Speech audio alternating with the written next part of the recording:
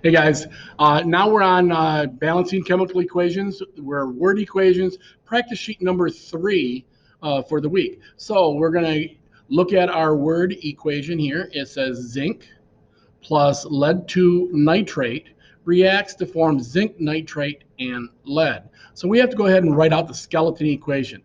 So we have to go ahead and let me just put this in here, and we're going to put down zinc. So zinc is Zn according to the periodic table. If I go back and check the periodic table, we can see right here is the periodic table. Zinc is right here, so Zn.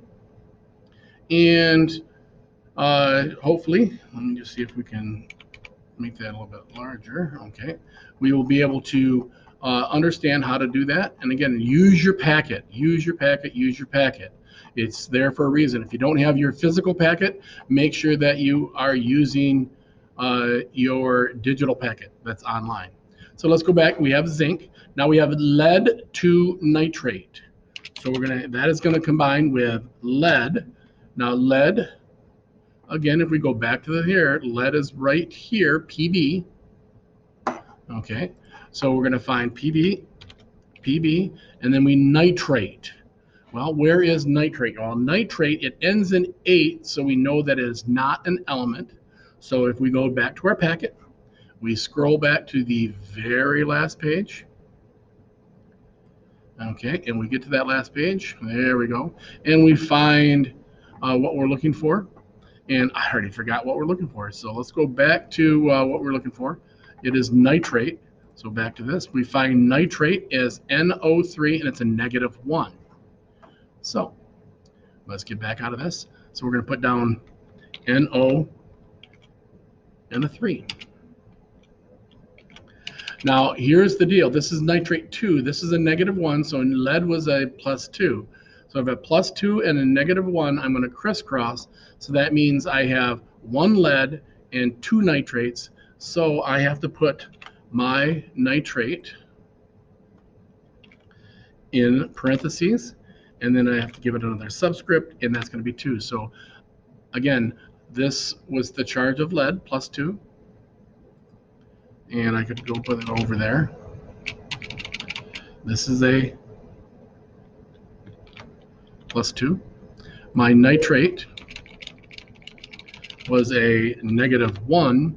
So we crisscross, so I have 1 lead and 2 nitrates. And that's what we have down here. Now that's going to react, and it's going to form. And the best way to put down an arrow is just to go ahead and put down 2 equal signs, a greater than, hit it, and it reverts right over to an arrow. And it reverts to zinc nitrate. So now we're going to put in zinc, and we already know the symbol for zinc. Zinc is Zn, and then nitrate, NO3.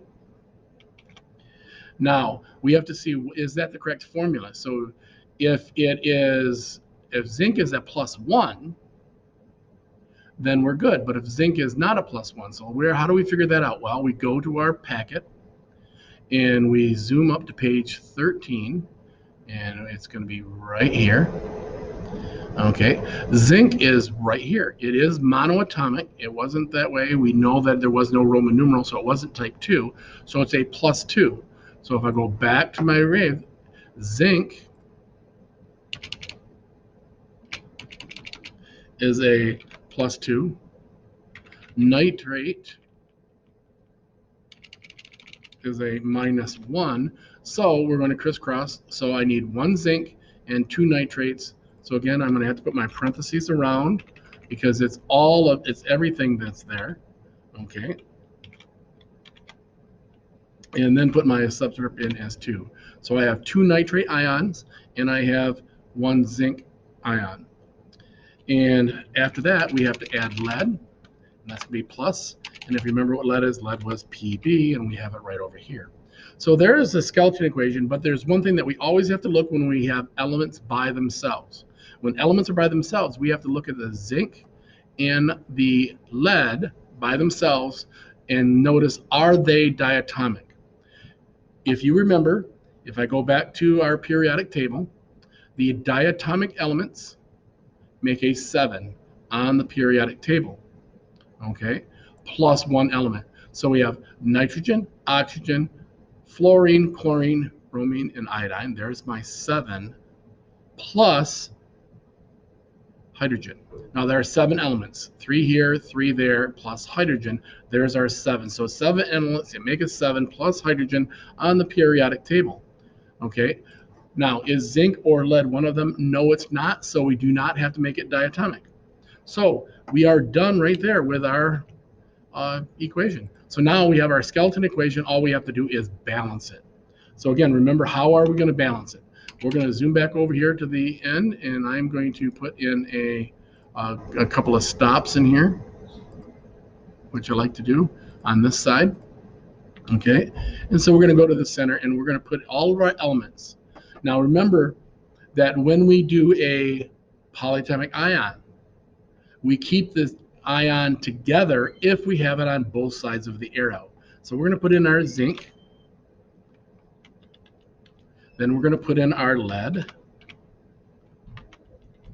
Then we're going to put in our nitrate, NO3. So we have our thing. Now, once we have them here, we're going to say, how many of each zinc atom do I have on this side, and how many do I have on this side? Well, I have 1 on this side, so I'm going to put a 1 there. And I have 1 on this side, so I'm going to put a 1 on this. Lead. I have 1 lead on this side, 1, and I have 1 lead on this side. Okay, my nitrate, I have 2 nitrates on this side, and I have 2 nitrates on this side.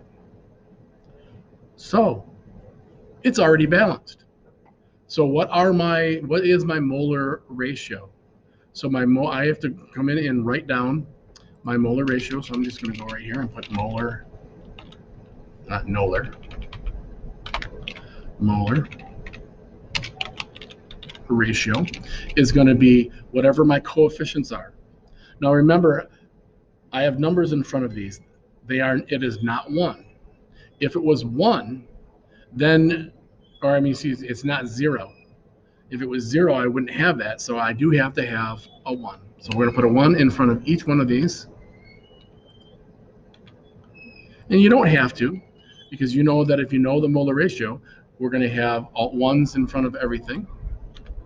So we're going to have, it's 1 to 1 to 1 to 1. That is our molar ratio. Yes, you do have to write it down. I always say also, highlight it, take a look at it, and say, can I reduce? We can't reduce this one because they're all 1s.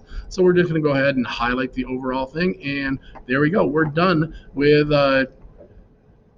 balancing chemical equations, practice number 3, question number 1, or problem number 1. Good luck with all the rest of your questions that you have. And again, you can always come back to these to help you out, or scroll down to the bottom of the worksheet and you'll have your answers. Okay, as always, go Mohawks.